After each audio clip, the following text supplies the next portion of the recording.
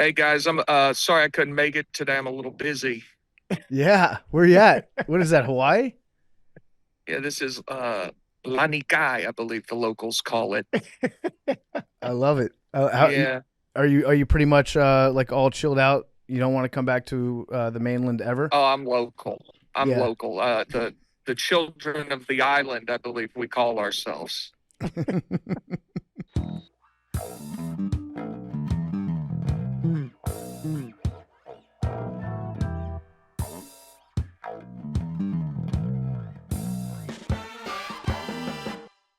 Before we get into macrodosing, it's brought to you by Reese's. There's something for everyone when it comes to Reese's.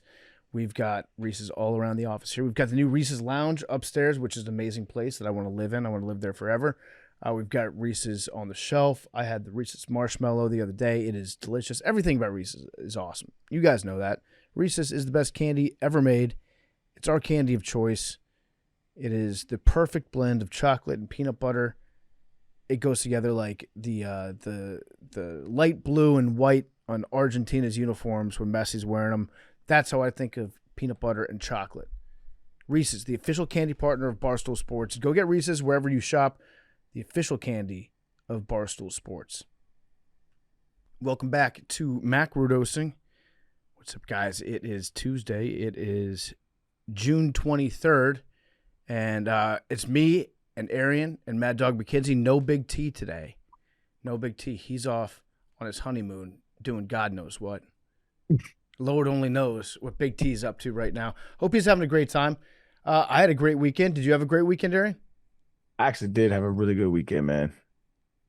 What'd you get up to? I watched golf all weekend. It was the US Open, and so Mhm. I was locked in. I watched a little bit of the I think it was Cape Verde, Yeah. and I think they was playing. I don't know who they was playing, actually. I don't know. But yeah, watched a little bit of that game. Just a little chill in the house vibey weekend. Uruguay. Uruguay. They There you tied go. Uruguay. Yes. There you go. Yeah.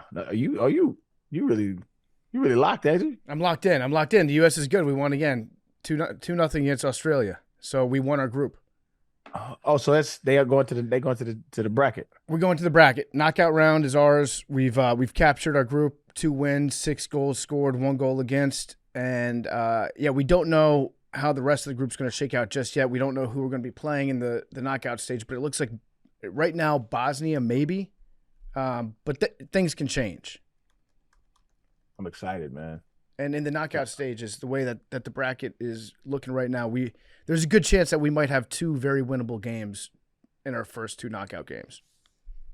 And who are the projected opponents?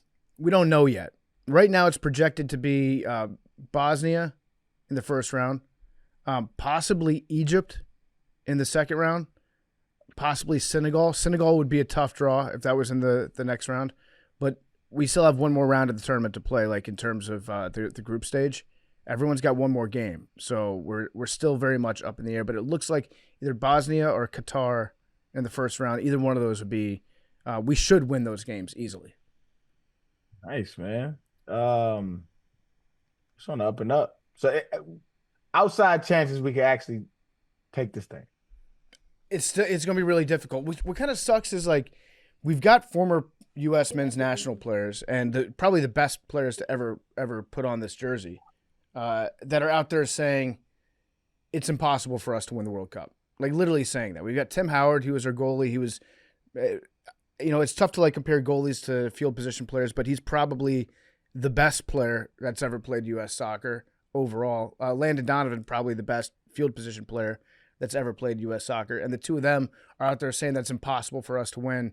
And yeah, it's really fucking hard because you have to beat, at minimum, you're going to have to beat 5 of the best teams in the world back to back to back to back to back to win.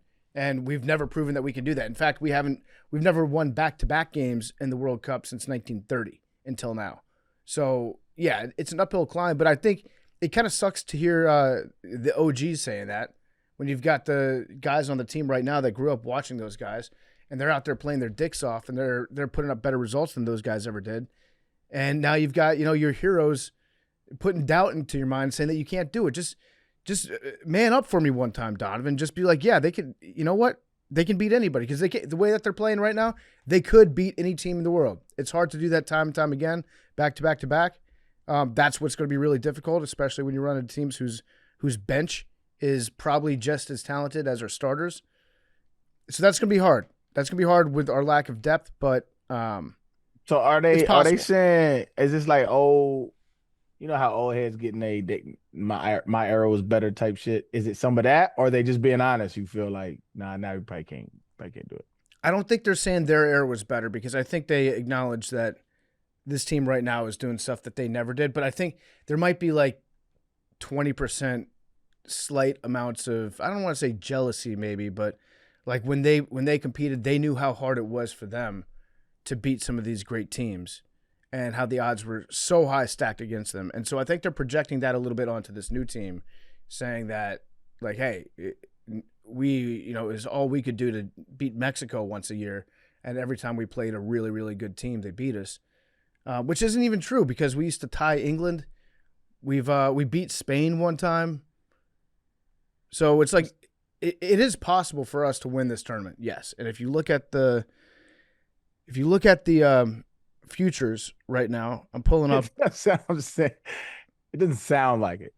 It's super hard. It's going to be very, very hard. It's very unlikely, extremely unlikely that we win. Is this like a knockout? How is it round robin? How they do this? So we're doing round robin right now. We've got one more game in the round robin, and this last game doesn't really mean anything for us because we already won that group. So we've advanced. We're going to be the number 1 seed coming out of our group, but it will mean something to other teams. And the team that we're playing against, Turkey, it's not really going to mean that much to them either because they're already eliminated.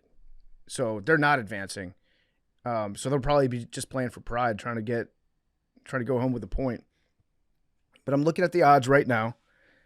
And yeah, I mean, the odds say that it is possible but unlikely that we do it. So we are 1, 2, 3, 4, 5, 6, 7, 8, 9. We are 10th. We are the 10th favorite right now to win the World Cup. I love that you're excited, man. It's fun. I wish I could get into it like you, but I'm trying. I didn't see the second game, but I'm trying. It is like the appeal is growing on me for sure.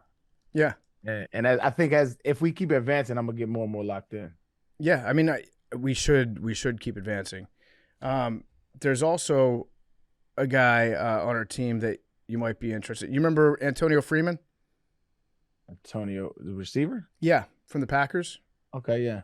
So his son is on the World Cup team. Word? Yeah, and he scored a goal. Look at that. Yeah, he had a nice goal.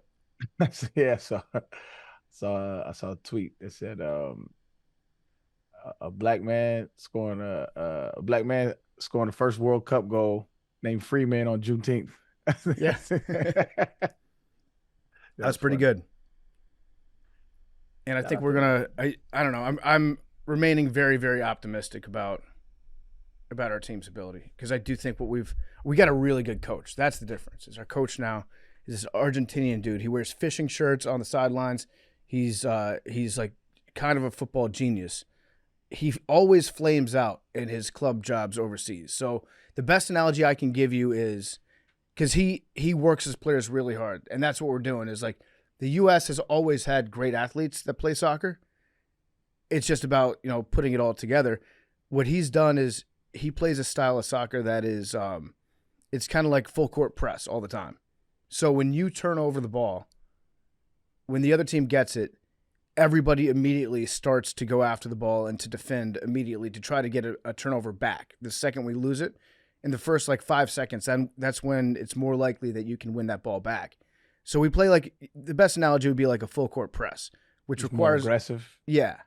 And that requires a ton of running, a ton of really good athleticism, which we have in the United States. So he's taken that tactic and installed it in us. You just have to get everybody on the team to really want to defend. You can't have guys on your team, even at the forward position, that are just kind of lazy Ronaldo type guys that watch the ball get turned over and then they just kind of sulk and they walk away because they're pissed off. So he's done that. Sometimes that doesn't really work at the club level because you've got a way longer season. But we just need these guys to commit to it for 8 games. And if they can do that, then they can be a good team. The best analogy I can give you is like Coach Tibbs, right? He's a really good basketball coach, very good basketball coach. But the knock against him is he runs his guys way too hard, and they always flame out late in the season or in the playoffs because they're exhausted from a long season. And the way that he like runs practices and how he has them play. That's kind of what our coach is doing. He's kind of like Coach Tibbs, so it doesn't really work out that well at the club level with a long season. But in like a little mini this tournament format, it could be really good. Gotcha. Now, how much is, I don't know how much X's and O's you know about soccer, because I know zero. So how much is it, like, a lot of the NBA, they do run some set plays, but a lot of it is kind of just instinct and kind of just like free form. Like, how much of soccer at the tournament level in the World Cup is that, where they don't, I mean, I'm sure they got plays and they have schemes, but like how much of it is just free run? I think it's like you always have like a concept of what you want to do, and then you build off that because the ball, one touch takes it 1 yard to the left instead of to the right, and then everything's kind of changed about where everyone's positioned. So you have to be able to like improvise. So it's kind of like, it's like jazz. Soccer's like jazz. You know what the chord progressions are, but in terms of like what notes you want to be hitting, you have to be able to kind of like think and get to where you want to get in a different way. I like that analogy. Like jazz music. Yeah, soccer's like jazz. It is. I know more about jazz than soccer, so that hit. Yeah. There are some X's and O's and some stuff that we are doing differently that we've never done before. That's fun to watch. But the cool thing about this game was we did it without our best player. Who was our best player? Christian Pulisic. So he was out with a calf injury. He might not play against Turkey either, because we don't need him to play against Turkey. And then so that would mean that he would have like 3 full weeks of rest before he gets back out there. And so we've scored 6 goals, 4 in the first game, 2 in the second. And we scored 3 goals without Christian Pulisic. So it like pretty much evened out. He was only in for one half of one game. But he was dominant when he was in that one half of that one game, and our offense kind of like builds around him. But it's cool to see that we were able to dominate without even having him out there. Feels like we got a little momentum too. Like I keep hearing about it. Like momentum can be a big thing in these kind of things, where it's like they might not have the talent like the rest of the world has, but it feels like if they start to believe, shit could change. I think that's what it is they do. I think they do believe, and which is why it's a bummer to hear like the goats of the game be like, they have zero chance. Impossible for them to do it. They can take that 2 ways. Damn, they don't believe in us, or you know what? Fuck it, let's show them. True.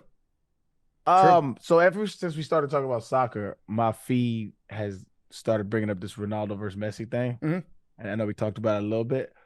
And I don't know if I'm falling into the propaganda arm of Messi, but there's a lot of Ronaldo slander, and I don't know how to fact check it. I don't know that I care that much to really look into it. So I'm asking somebody who's watched soccer a little bit. Is Ronaldo really like self-absorbed, like to the point where he'll sabotage his own teammates to get a goal? Is that real? Is that a real thing, or am I falling? Is this propaganda? Yeah, it's a little bit of both. I think it's like a perfect storm where Ronaldo is like that. He's always been like that, and so when things don't go his way, it's very easy to dig up the lowlights of his career and be like, this guy's a clown. Like, that's not a lowlight. That's like a whole goofy. Like, you stopping. I've seen, and like I said, I don't know enough about the game, but the insinuation is he's stopping other players from scoring, or they'll score and he'll call an offsides, or he'll like signal for the offsides. You saw, like, no, we didn't score. We was offside. Like, what? I saw that one too. What that was, his teammate scored an incredible goal, like a bicycle kick goal, and it was the linesman on the sideline raised his flag and said it was offsides.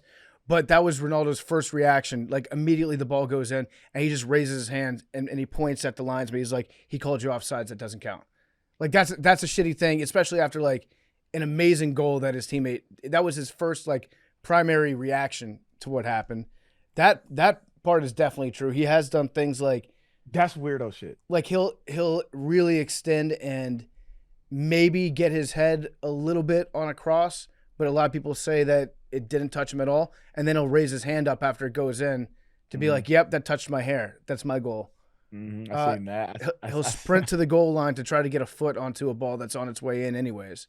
Yeah, I seen a bunch of those, and I seen one where one of his teammates make a dope pass, and he thought it was going to him, but a dude, another one of his teammates, kind of it was for him. And he kicked it in. Everybody's celebrating, and he's pissed off. He kicks the ball into the goal because he didn't score, and he's visibly mad. Like that kind of shit is wild to me. Yeah, Like, especially like I could understand because I've seen cats where it's like, you know, in the NFL where if a guy's doing good, like your spot gets took. And I understand that emotion, right? Where it's like you could be happy for the team, but you're like, damn, like, you know, I'm probably gonna get cut, or you know what I'm saying, I lost my job. That makes sense. That makes sense.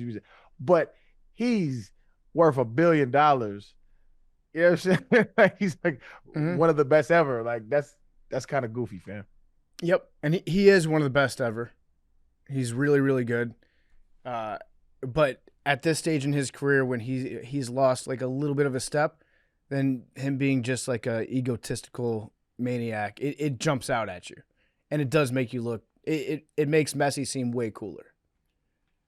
Damn. Yeah, Hate to see it. I've always been Team Messi.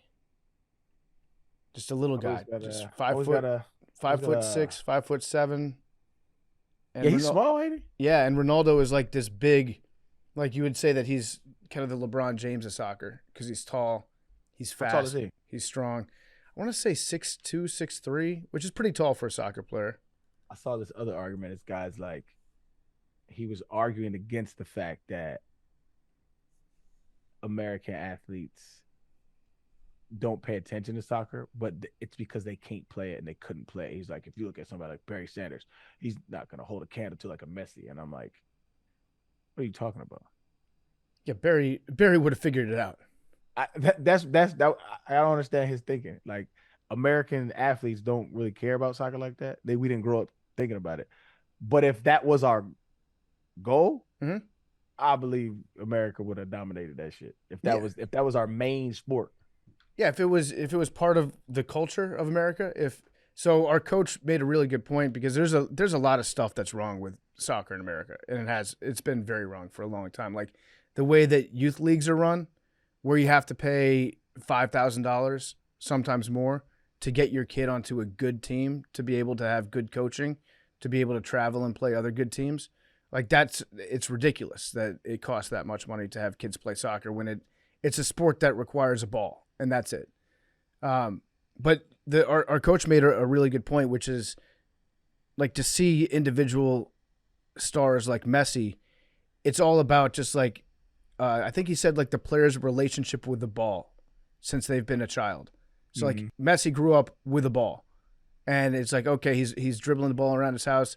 His older brother takes the ball. How does he get the ball back? He's in the backyard and he sees his dad trying to take the ball from him. How does he get away from his dad? And it's like the small things that, like, when that's a part of your life over the course of the first like 15 years nonstop, you have a ball at your feet and you're thinking about it and you're learning like how to get people off balance and all that stuff. You become much better than if you're just an outstanding athlete that's practiced for a few years. Yeah. That's how we was with hoop. Right. Exactly. Mm-hmm. Yeah. Basketball is a very similar thing. So yeah. I don't know. Everyone's like, oh, this will be the thing that makes soccer take off in America. And it might, but there's also a lot of stuff that's broken about soccer. It's like a cultural thing too. Like it has to like be cool. Yeah. And I don't know that soccer can infiltrate the culture like that in America, because football and basketball is just so inundated with the culture. I don't know. I don't see it. I wish it would though. Like soccer's dope. I wish I'd got into it a little earlier. Nothing's gonna make it like explode immediately. But I'd say that when we had the World Cup in 1994, that like created a generation of soccer fans. And when we have it now, it's probably going to do the same, especially if we have a better team. And also everyone plays FIFA. So there's that. Yeah, So you that get the video kids game hooked is one into of the video funner. games. I would argue that's probably funner than Madden to me. Yeah. FIFA's fun. So I think I'm going to go out to San Francisco for the game, for the knockout game. When is it? That's going to be July 1st. Yeah, I probably can't make that. I was talking to somebody over the weekend. They said that there's an outside chance that we might play against England. Wow. On July 4th. Whoa. In Philadelphia. Whoa. On our 250th anniversary. Wow. That's hilarious. but it's not true. The guy I was like, I don't think that it's right, and the guy kept telling me, no, it's right. I think he just heard it from someone. He wanted it to be right. Maybe we should move around the schedule a little bit and see if we can make that happen. Is there any kind of like rivalry between the U.S. and England? Like, is that a thing? Not really, because we always tie them, and we win those ties. Oh, yeah. I don't know. No, there's not really. We played in the last World Cup, and we tied them 0-0, and then we played them in the 2014 World Cup, I think. Or 2000, yeah, I think it was 2014. And we tied them 1-1. How do you tie with penalty shots at the end? How does that happen? In the group stage, you don't have penalty shots. So after 90 minutes, it's just a tie. What if it's a championship? And so in the group stage, you can have the tie. And then after the sorry, group stage, I don't know what a group stage. What is a group stage? That's the round robin. So you play in a group, and everybody in your group plays each other. Gosh. And then the top 2 teams, and in this case, sometimes 3, advance to the knockout round. Gotcha. I'm sharp. And then so when the bracket comes, Yep. ain't no ties. Yep. Got you. Exactly. Right, I'm sharp. Exactly. So then we play on Thursday, and then after that it starts back up again. But yeah, I love the World Cup. It's my favorite tournament in the world. How often does it happen? Every 4 years. Oh, really? It's like the Olympics. Oh, shit. Yep. And then the Women's World Cup is also every 4 years, but it's on the 2-year staggered. Nice. Okay. Yeah. Okay. So I didn't know it was that. I thought it was like every year. Nope. Every 4 years, which is why, yeah, it makes you get really into it. I definitely gotta lock in there. What else have you been up to this weekend? The Love Island episodes are getting kind of wild. So they're every day, is that right? It's 5 days a week. Yes, every day except for Wednesday and Saturday. But doesn't one of those days have After Sun? Yeah, but I don't watch that. It's silly. After Sun is it's like the gossip. You know, I mean, if you watch the show, it's about gossip, but it's too much into the weeds. I ain't into it. It's not my thing. But Casa Amor, I don't know if you know about Casa Amor, Eric, but Casa Amor just went down. I've heard about it. Yeah. Yeah, it's getting a little messy. They go meet other people at a different house and then decide if they want to stay with their partner or not. And who do they put in the other house? Just other like bombshells, new people. Yeah. Just like hot people? Yeah. Yeah. Isn't that it? Yeah, that's basically all right, it. so wait, the reality show is you put hot people into a house with other hot people. Yeah. Yep. And The then villa. after like a month, you're like, we're gonna actually bring you to a different house that has new hot people. Well, so they have new hot people come in called the bombshells randomly and like into the original villa. And then once it gets to a certain point, they bring a whole new group of people. The couples separate to different houses. And then they can either come back with a new partner or pick to stay with the partner they're with already. But if they don't agree, they'll know once they're all coming back to the same house. And if that makes sense. yeah, Like Temptation Island. what is the success rate of couples that meet on this show? Not high. Mm-mm. I'd say 0. I mean, like, There's this a is few. the UK version, but Tyson Fury and Molly May. Like, Okay. or is it is Tyson Fury the bigger guy? Tommy Fury, Tyson Fury's little brother. They did break up though, but now they're back together and had a second kid. So there's a few couples from the last like 2 US seasons Mhm. that are still together. Nick and Andrea. But yeah, no, Shit, I didn't even know that they was good. No. Well, See I that- don't know what they are, but what's her name? Leah. Leah and Miguel. Mhm. Nice. Yeah. So There's it's a a lot higher than I couple. thought then. Yeah. Most of the Yeah. time, it's a dud. Yeah. I mean, it's basically, young adults Mhm. jump starting their social media career. Yeah, none of them are there to like find love. Nah, Mhm. man. And so, but I want to do a Love Island, but like with adults. You know what I mean? Like not Like, not their children, but like 23-year-olds. you do like not golden age Love Island, but maybe like midlife Love Island. I feel like that would be fun to watch. Golden Love Island. Yeah, because you've experienced life a little bit more. Because like they've seen each other, they've been there for like 3 days, and you're like, I can't believe she's talking to him. I'm like, dog, you It's just met this person 3 crazy. days ago. And they're like in love with each other. Yeah, I would like to see a little bit more emotional maturity on that show, but it's just toxic TV that I like to watch with my family. Yeah, it's just something we bond over. It's fun. So there's nobody that's there that is complaining because they're like, everyone else is here for the wrong reasons. I'm here to find love. No. They all say that. Yeah, but nobody is. No. I mean, it would surprise me if somebody was genuinely going on Love Island to find a connection. Has there been any breakout stars that like transcend the show and go on to do other things? Yeah. I wouldn't call him a star.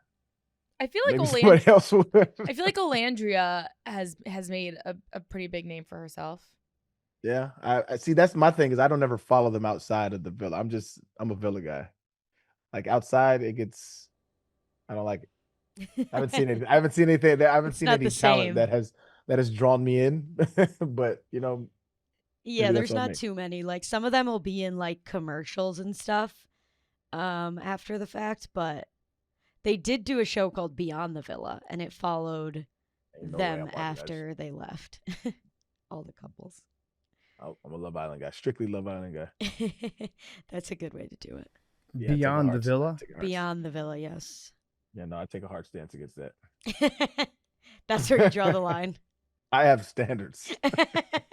Yeah, there's definitely gonna be like pregame, halftime, postgame shows from like, and they get former contestants on there to Oh. talk about like it's a game. Yeah. That I mean, that would be kind of fire. Yeah. Getting maybe some all-star cast together for They have Love done. Island. They do Love Island All Stars. Oh, really? It happened last summer, I think, or recently. I haven't seen that one. Like who would be the like the inside the NBA of Love Island? It would be the Charles Barkley of that. That would be fire. She's terrible. Big There's old another women. one that's really dope. I don't know. Are you into like any kind of survival shows? Yeah, I mean Survivor, yeah. There's this one on Netflix that's really fire. That's a little bit messy as well. But it's a survival show, but with the aspect of like reality TV of like you can sabotage other people's camps and shit Okay. like that. And so it's pretty entertaining. And you can and I usually watch survival shows to like, say it's dope to see like survival skills, making fire, hunting, shit like that. But this one it has those aspects, but it's like a game. So like you'll have different things that the production will like they'll drop off a case and it has like you have to eliminate one player and they all vote or whatever. And it's pretty entertaining, man. I like that one. I'm up on my trash TV these days. I like that. I might have to check it out. I like But it does seem like the people that I know that love Love Island like are obsessed with it. it's a little like it's like a little family, man. Yeah. Arian, talk to me about the U.S. Open. I know you watched that. I did watch that, man.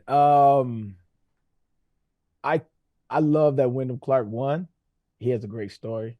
I was really rooting for my guy Morikawa was in it to the end. I man. know. He just struggled the last 2 days, man. He just couldn't get over the hump.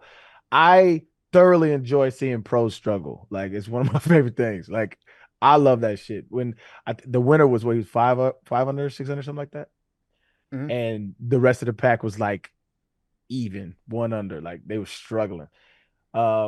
but it was one of the tougher courses I've seen on the U.S. Open. I think that one. What's the other one? 2007, Oakmont. Oakmont's a really tough one. But I just love watching pros struggle, and that course was extremely tough. It was playing really tough. I think that's how pro courses should be, though. I think the rough should be really rough. They need to grow it out. I think the greens need to be really slick. I don't think they should struggle that much, but I don't like watching 32 unders at the end of a tournament and shit. That's just, But anyway, I say all that to say, I think Scotty is struggling right now, man. Yeah, it's his putting or what? I think it's a little bit of both. I don't think his ball striking has been what made him him, and I think his putting has taken a step back. I think when he went on that run, when he won like 9 tournaments or something, I think he was exceptionally good at putting. But just from a naked eye, just judging it without actually looking at the stats, it just looks like to me, he's always like tinkering with his grip.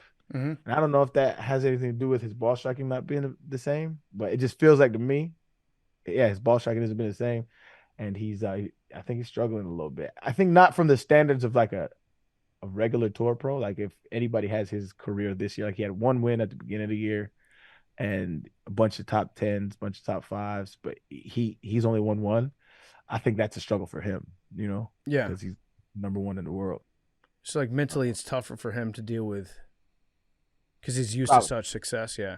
Yeah, probably. I mean, he's literally the number 1 player in the world. Like I think Rory just won the Masters. Yeah, he won the Masters, right? Yeah. So he's in his bag as well. He's always in it. Like he's always in the conversation. That's the thing. He's always there. It's like something's missing just to get him over the hump over a win. And it's gonna be interesting to see what he does in his next, because there's 2 majors left and a bunch of tournaments, but I know that's gotta be frustrating for him. Yeah, the crowd really did not want to see him win. The crowd, really? So yeah. I heard some people saying the crowd was. I didn't see anything during it. What's the street saying the crowd was talking about? They did not want to see this guy win. They were cheering like at the start of the round. He had a couple shots that rolled off the back of the green, and they were like, Scotty. They didn't want to see Scotty win. No, Wyndham. Wyndham, okay. So they would cheer whenever his ball would like land on the green and then roll off.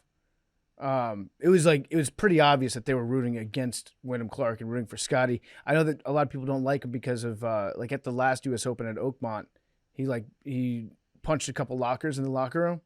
Oh yeah, he fucked up a locker. Yeah. Yeah, and then he didn't apologize for it as much as people would like him to. And then that's really the only thing that he's done that people don't.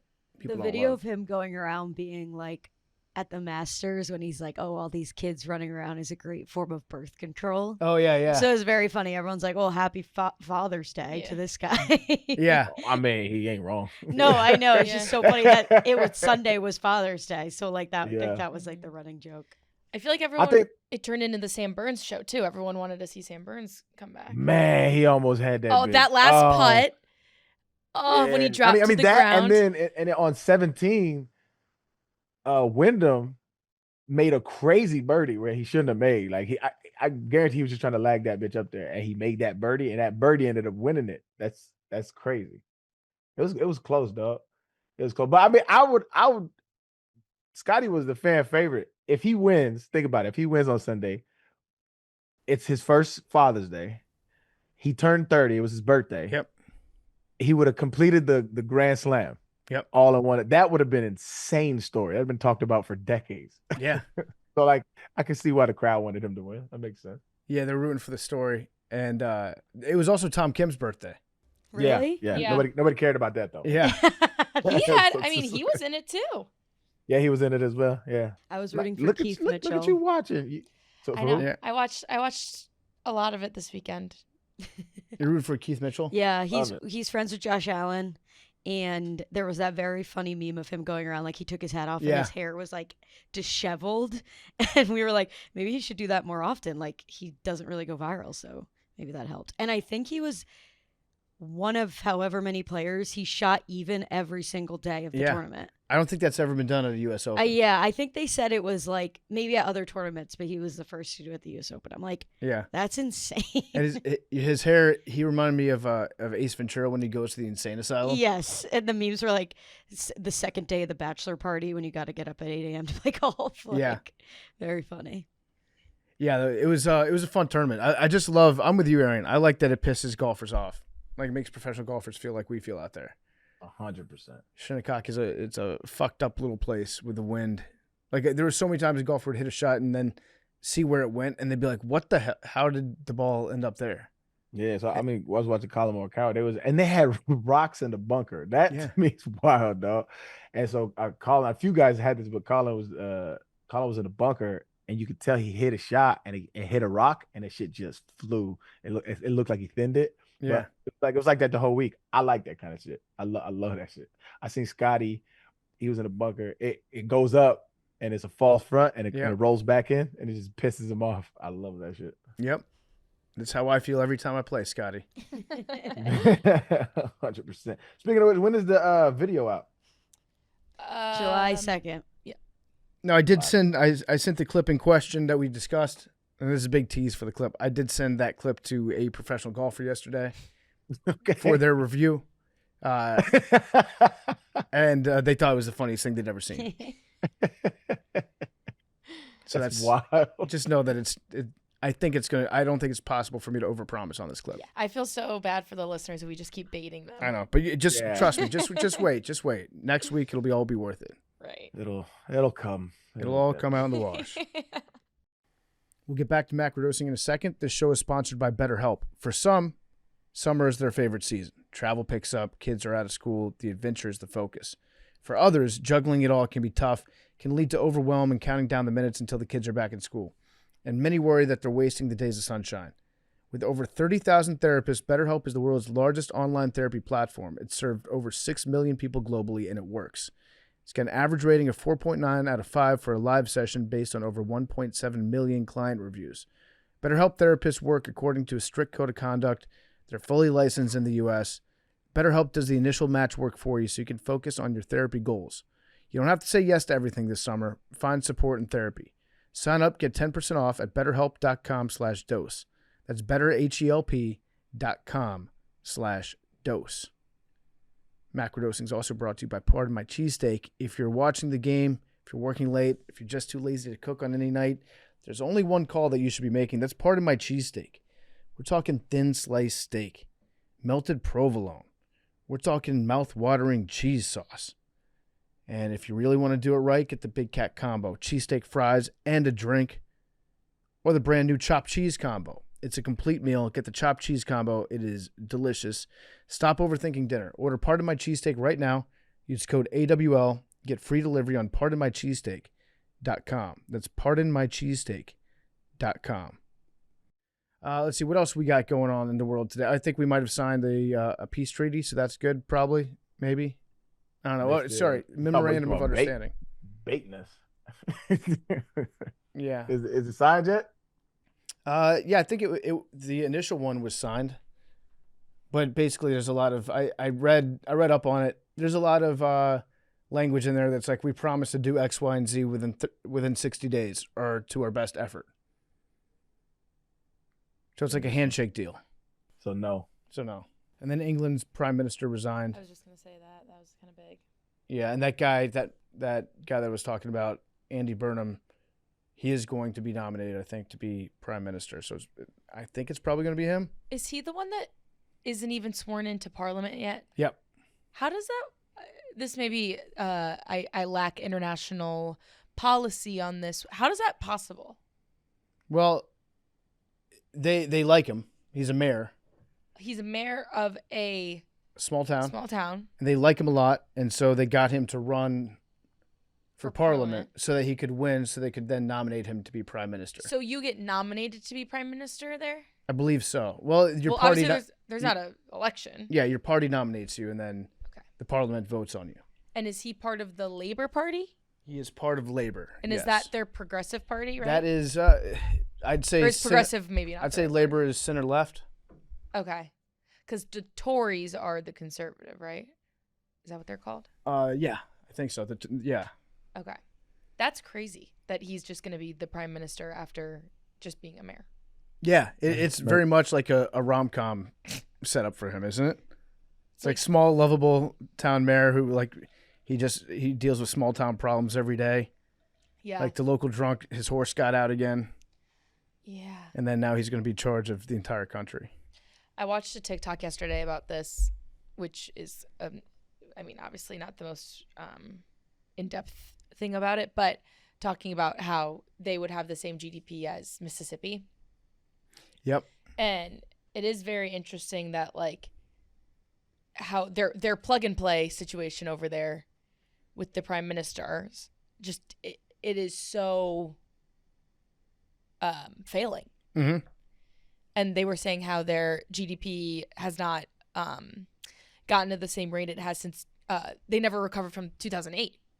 Yeah. Like I didn't realize that 2008 hit England as hard as it did. Big time. In my head, that was just an America thing, but I was also 9 at the time. Yeah, big time. I had no idea that their GDP was like it would be 51st? 51st. If they were a U.S. state? Yeah. England's got a great marketing team, I guess. Right, because but and then there's like I know that there's like a housing crisis there. Mm-hmm.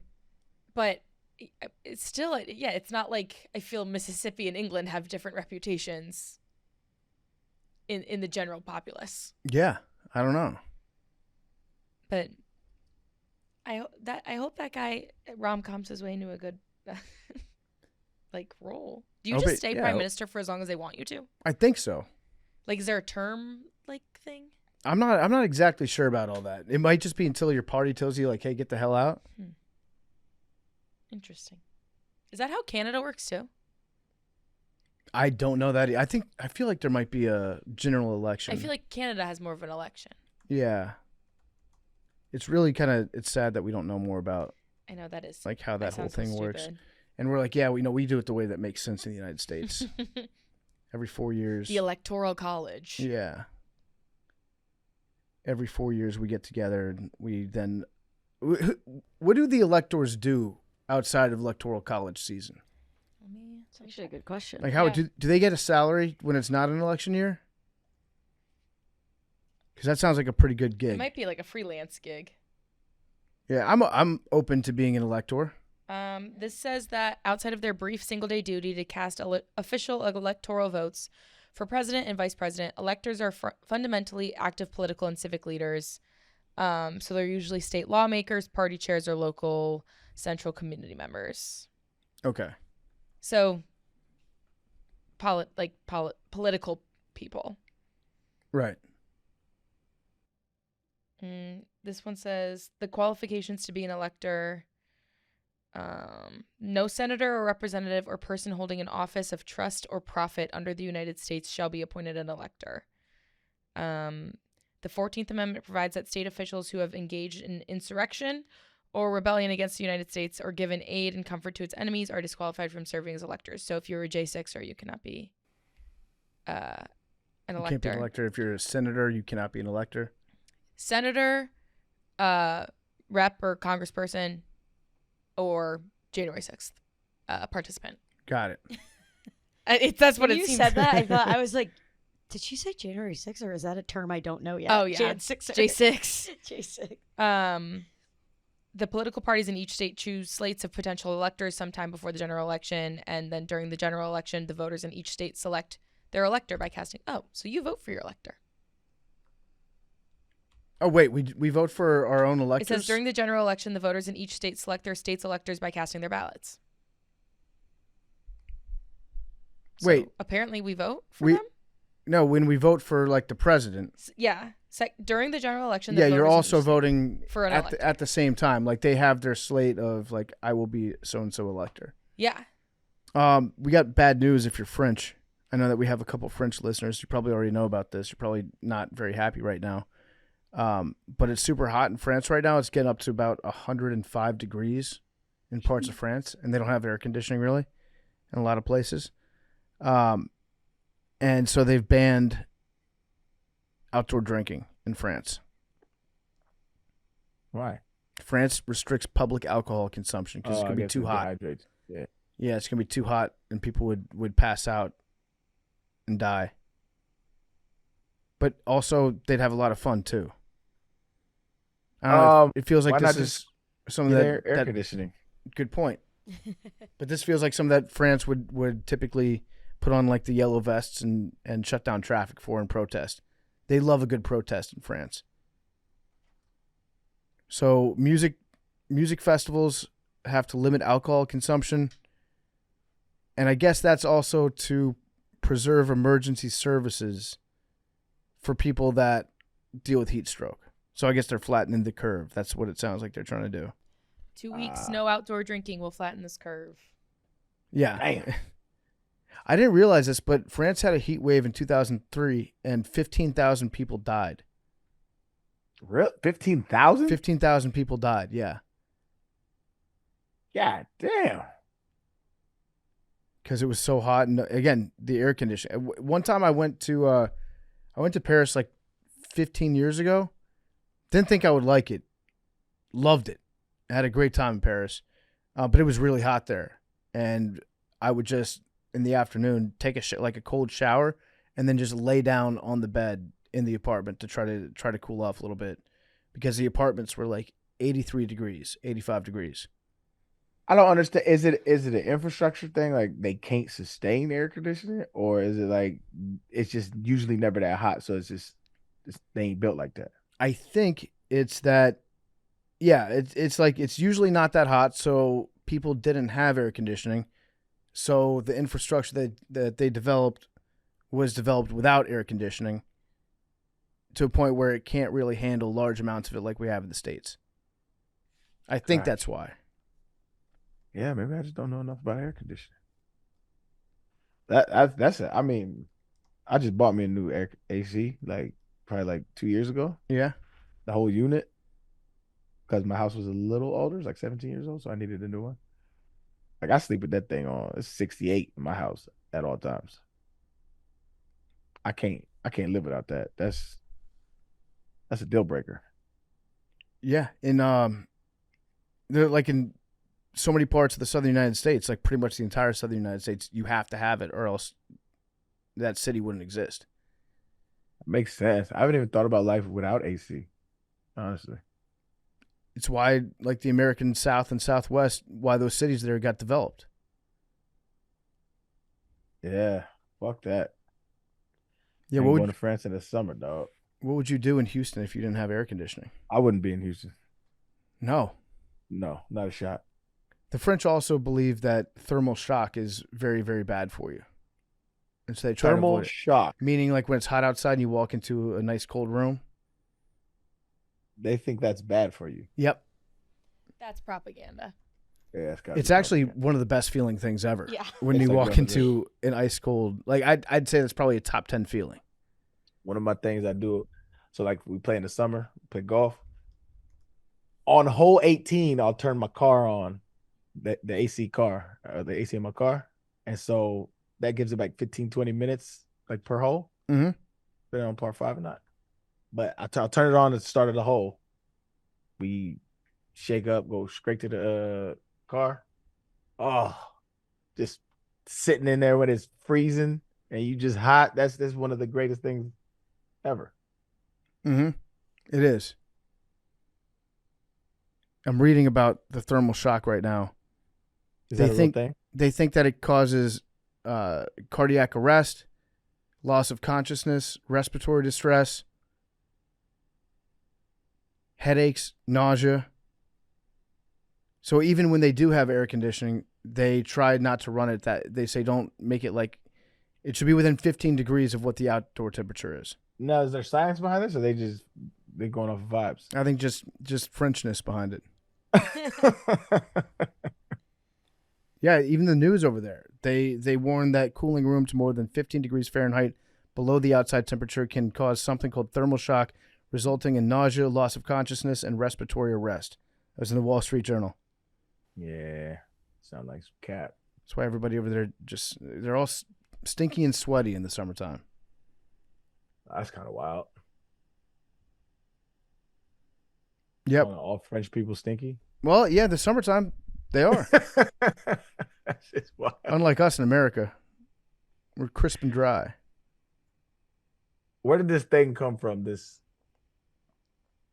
French we hate French lore in America. I think it started probably. It really turned up a lot in the 2000s. I mean, what was the catalyst? The Iraq War.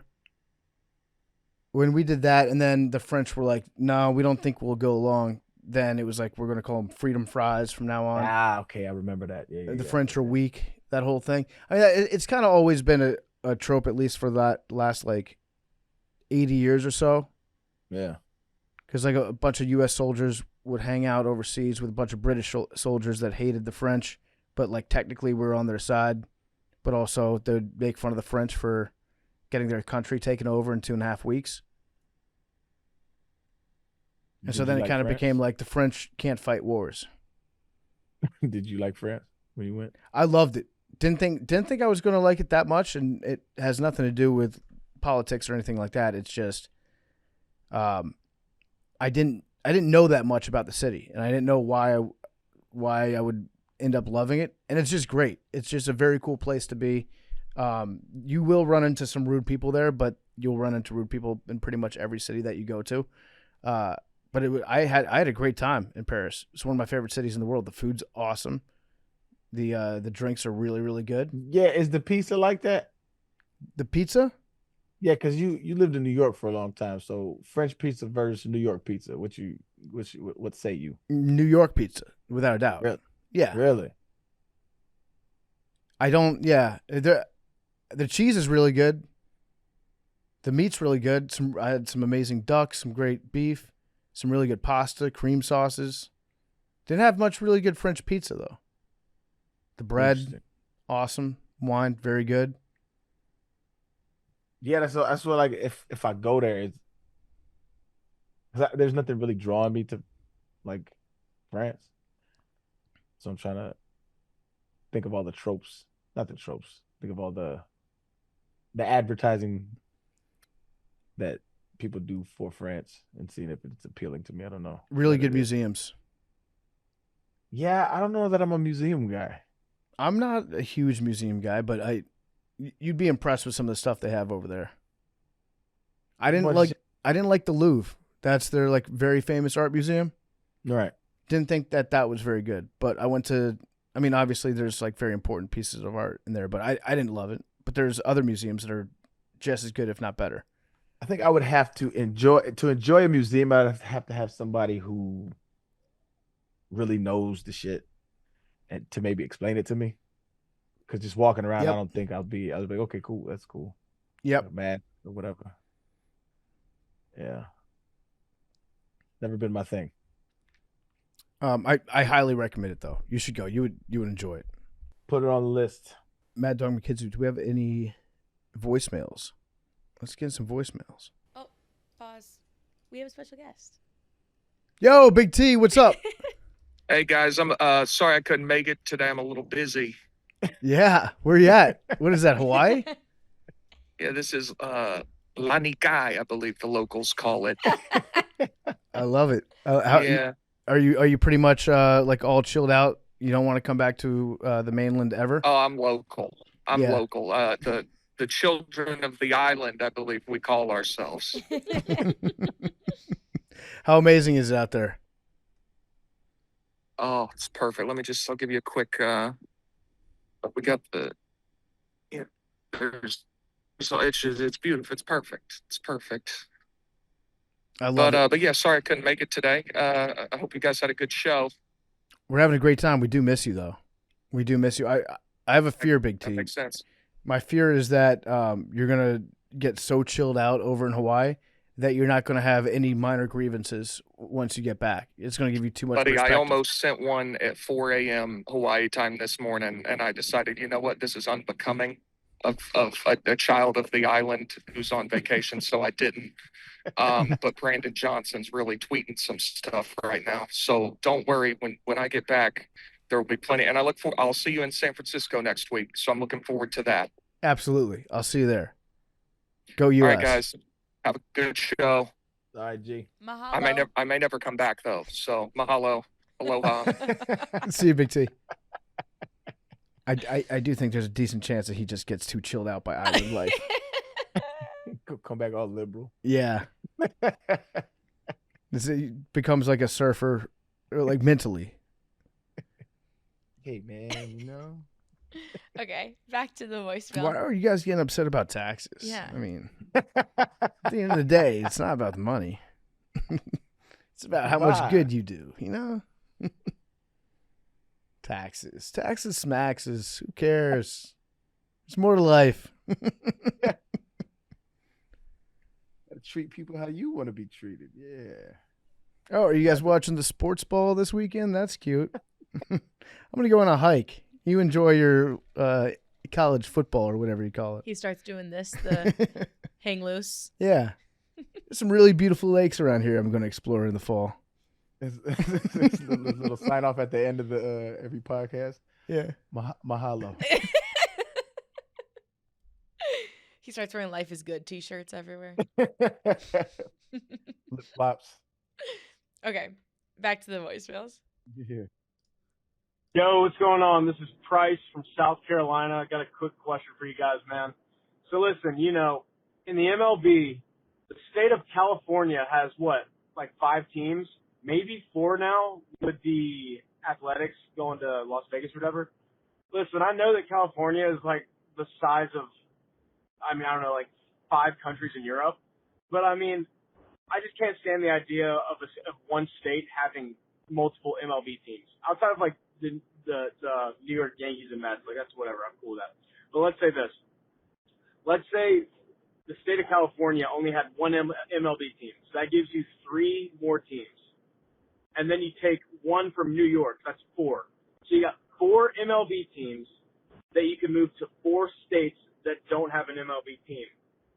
Which 4 states are you choosing? And on top of that, Big T got a question. If MLB moved a team into Nashville, would you stray away from the Atlanta Braves to rep Tennessee, or would you stick with the Braves? Let me know. Take it easy. God bless. Peace. That's a really good question. I'm going to answer one for Big T. Hawaii should have a baseball team. Okay, so California one is tough because I feel like Northern California and SoCal are 2 different places. Yeah. So I say you can leave 2 there. You gotta leave LA. It's a staple. And you gotta leave San Francisco. Then I don't know this is tough. It's tough. I would like to see my home state get a baseball team. They would show up for them. New Mexico? Yeah, send San Diego to New Mexico, man. Players won't like that. Players won't like that, but Yeah. But the locals will. The Arian Foster trade. Arian says it's cool. I think I'll speak for Big T. I'll say Hawaii should have one. That would be fun. That would be really dope. The stadium, oh man, you build a stadium like next to a volcano. That'd be sick. Let's see. Iowa, they should do one at the Field of Dreams. Might should be a full-time baseball team. I know that they play some games there occasionally, but have that be a home stadium. That would rock. Let's see. Who else? Indiana. Why doesn't Indiana have any baseball teams? Like Indianapolis? Yeah. That's a good one. They should have a baseball team. They love sports there. They're trying to take every stadium from every state and put it in Indiana. In 49 states, it's just baseball. That's right. Yeah. Fuck it. Give Indiana a team. And then I got 2 for you. Utah. Okay. Would be dope.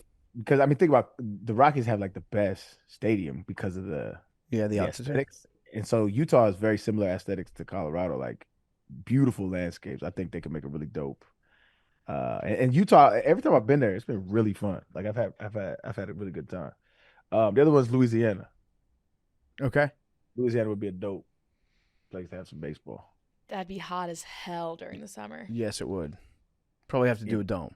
Indoor. Got to do a dome. Yeah. And then North Carolina. I like that one. North Carolina should have a team too. North Carolina's just a great state.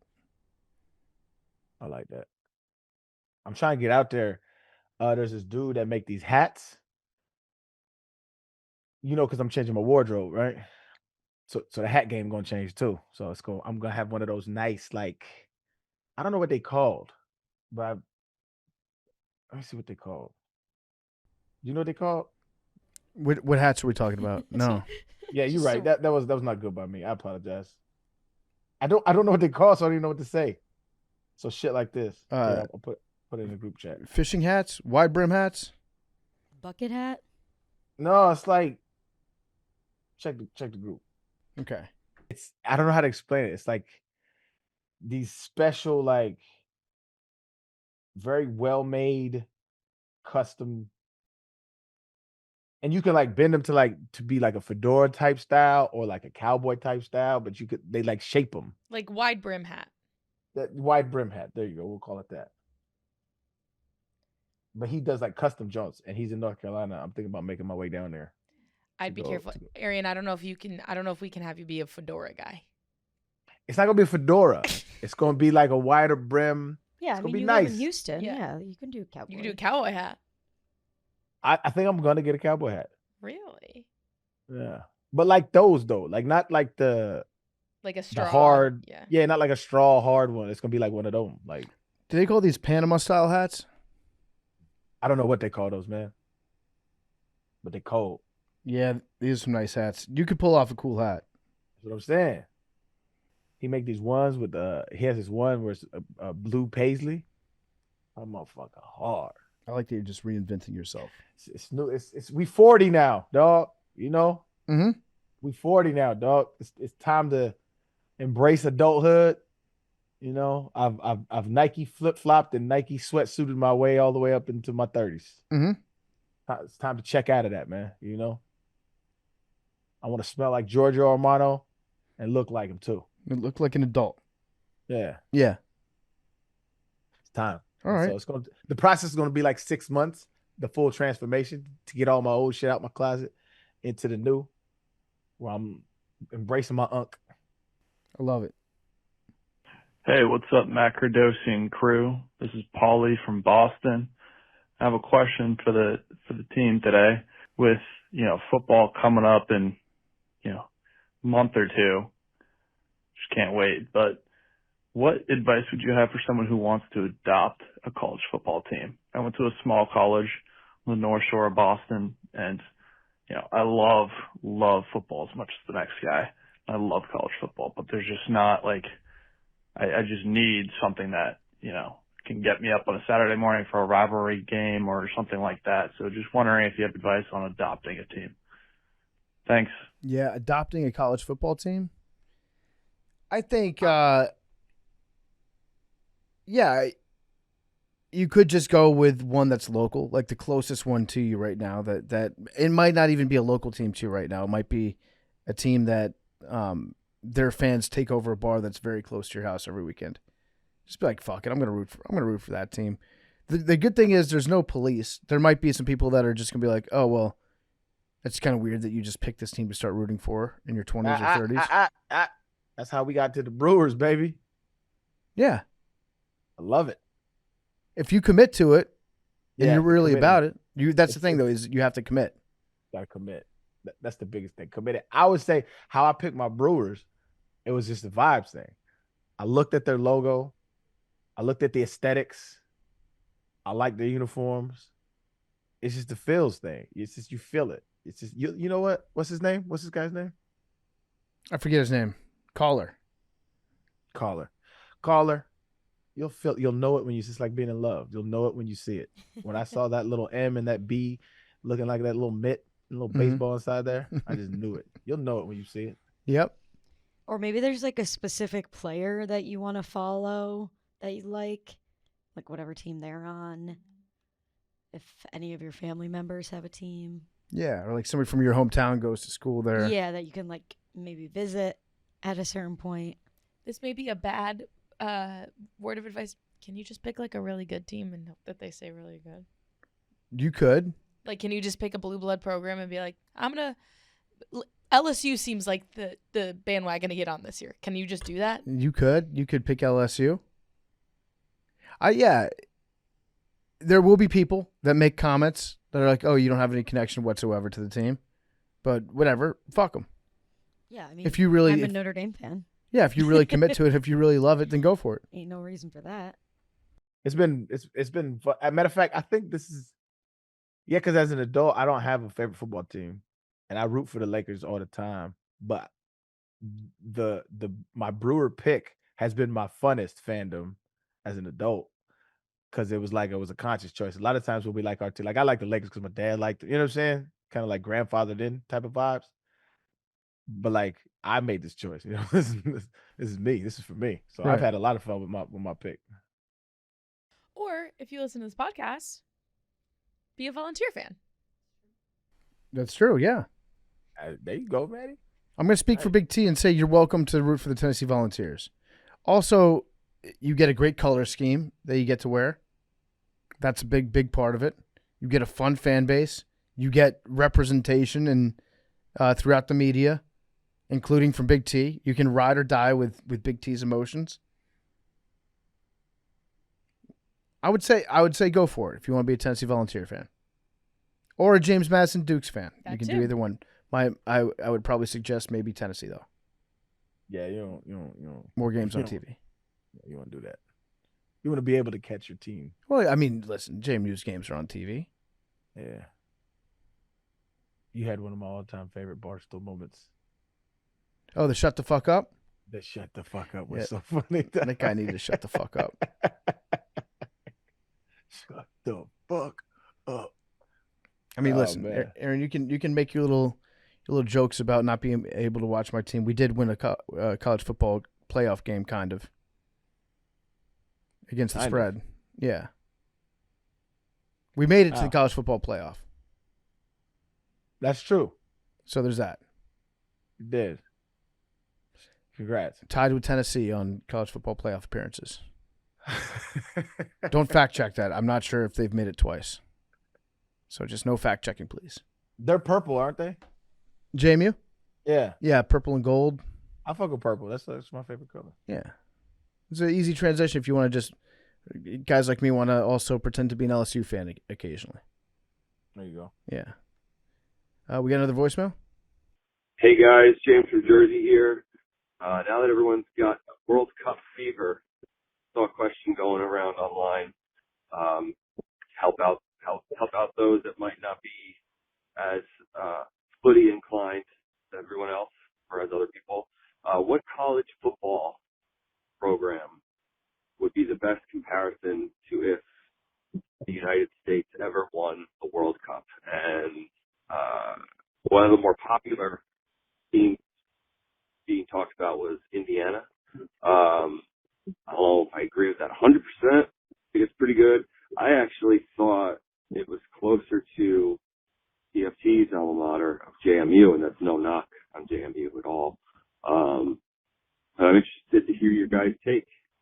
I've got a take that I'm working on. I'm going to unveil it fully on Thursday on Wake Up Barstool because I want to be on the video board playing the highlights and like circling shit to show why I think this. But I would say Indiana is not far off. It'd be more just like new age Big Ten football. We're playing advanced Big Ten football right now on the national level. And some might hear like Big Ten football and think, oh, what do you mean, like boring ass, like no points, just like punting, running the football? That's why I said like advanced. Yes, a little bit boring, emphasis on punting and field position, but also like we've adapted. I would say, actually, one of the cleanest comparisons I think might be Penn State because like we've been pretty good in our conference for a while, but every time we play a real team, they kick the shit out of us. And that's kind of what Penn State football has been up to for the last, 20 years? Yeah, ever since the debacle. There's always like there's expectations of being really, really good. But then you just kind of keep bumping your head against the ceiling. Indiana, I could see that, like, especially if first of all, we'd have to win the World Cup to be a fair comparison to Indiana and what they've done. But we have it looks like we've turned things around, at least for this year. I would say like maybe Penn State football. I like it. I could see the JMU argument though, but that's also saying that the Sun Belt would be like North America in the qualifying, which I think that USA and Mexico. You could make the argument that USA Mexico, it's a top 3 rivalry in soccer, in international soccer. I don't know that you'd say that about JMU App State. All right, we got another voicemail? Cool. Well, what else are we up to this week? You guys got any plans? I don't. I got my little ones for the summer, so they asked me to go D1, and I said, if you want to go D1, there's a way to do it, but it ain't gonna be fun. So we got up this morning and we trained, letting them rest now. We're gonna train later on tonight. So it's 2 days. So I'm in 2 days, full-time trainer daddy mode. Oh shit. Yeah. What was the morning workout? Morning was light, so I'm just introducing them to resistance training. So I don't want them to get like bulky, right? They are doing a lot of like just resistance explosion stuff. So we was in the weight room doing some squat jumps, some single leg explosion things. And it's really just I'm getting them in the routine of 2 days. This first week, and then next week I'm gonna break their ass. Yeah, I love it. Yeah, they're gonna hate me next week. They're gonna hate me. That's how you do it. Yep. It ain't easy. This is how you go D1. Is it easy for you to jump back into it? I'm not doing what they're doing. I'll do like a little light work on the side. You know what I'm saying? Just getting up. But it's good for me because I got to teach them how to eat right. I got to teach them, no sodas, no bullshit. So now we're all eating clean. And that's good for me from that standpoint. Where it's like, I could have, used me a little cleanup couple months of eating good and getting back into exercising pretty regularly. So that's been good from that aspect. But you're gonna be staying there supervising. Yeah, I supervise. I show them how. But I get a small workout in every now and then. But it's been really dope seeing, because to train at that level to get to the next level, which is for them D1 and then pros if they want to do that, if they can, there's a certain mindset you have to have. And when you're tired as fuck, I trained myself for years. You know how if you've ever exercised, you have that little voice in your head that tells you to stop. Like, hey, bro, like, just calm. Let's get a little bit of rest, right? You negotiate with yourself, and as a professional athlete, you train yourself to shut him the fuck up. And it's interesting seeing them go through that, like, and so their voice in their head is always telling them to stop, and I have to tell them there's a threshold you have to push through in order to get to the next level. And my dad did that for me, and it's come full circle. Me doing that for them, it's really dope to see. How do you know when to listen to that little voice? That comes with knowing your body, right? Like, so part of training is like understanding the dynamics of how your body works and how it feels. Certain things feel how they feel. So over the years, you start to develop, okay, I need to shut it down. I'm about to get injured, or something's really wrong. Something's hurt, right? It's just a feel. But the majority of what you feel is like, so lactic acid buildup, right? That tightness you feel when you run too much, or feels like you run too much, you can push through that. It's just a feel thing. But the majority of it is like wind. It's like you're out of breath. Yeah. You got to teach yourself how to breathe while you run. Teach yourself how to breathe while you do things that are uncomfortable. And then it becomes second nature, and that's what training is. That's great. It's fun. And it's cool. Like, I'm sure senior kids like develop that toughness. Yep. It's pretty cool to see. Yep. Because it's also, it translates to life. So like, if you got to do a job you don't want to do, or there's certain aspects of your work that you don't want to do, pushing through mentally and getting through. That's why a lot of people hire ex-athletes in the workforce, because pushing through and doing shit that you don't want to do is a skill set that you train. Yeah. Oh, that's awesome. Get him D1. Yeah, get some scholarships. Yeah, I would love that. That way, you gotta pay all that money to tuition. So what time is afternoon practice? 7 p.m. We in the gym. So and how early in the morning? So we in there at 6 a.m. Yeah. Yeah, it's no joke. We start at 6 a.m. Yeah, and it's very extreme. Like this shit is not easy, and that's why I told him. I said, y'all asked for this. I don't want you to be nothing. I want you to be happy. But you want to do this? There's a way to do this, and part of it, a lot of it is just trying to break them, just trying to see what they make of, because that's what sports is, dog. There's a whole bunch of testing. You gotta drop your nuts and you gotta go. Like it ain't no. That's why I told him this morning. I am not your mama's. I am not. I don't feel sorry for you. Finish. Yeah. Messi, by the way, just scored an awesome goal to set their all-time record. I was supposed to be watching it. Fuck. So he set the all-time record for World Cup goals. He missed a penalty kick earlier in the game. I blame you, dog.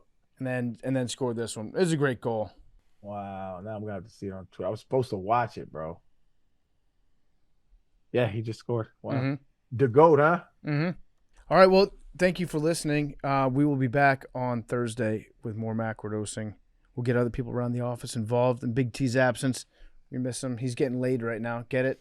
Good one. He's in Hawaii. Get it? Hawaii honeymoon joke. I had to do it one time too, Big T. He will not be back on Thursday. I can't imagine that he's going to make this a daily thing where he's going to zoom back into this. But it was good to see him today. We hope he has a great time. I will be seeing him next week in San Francisco for the World Cup. All right. So we love you guys, and we will see you on Thursday.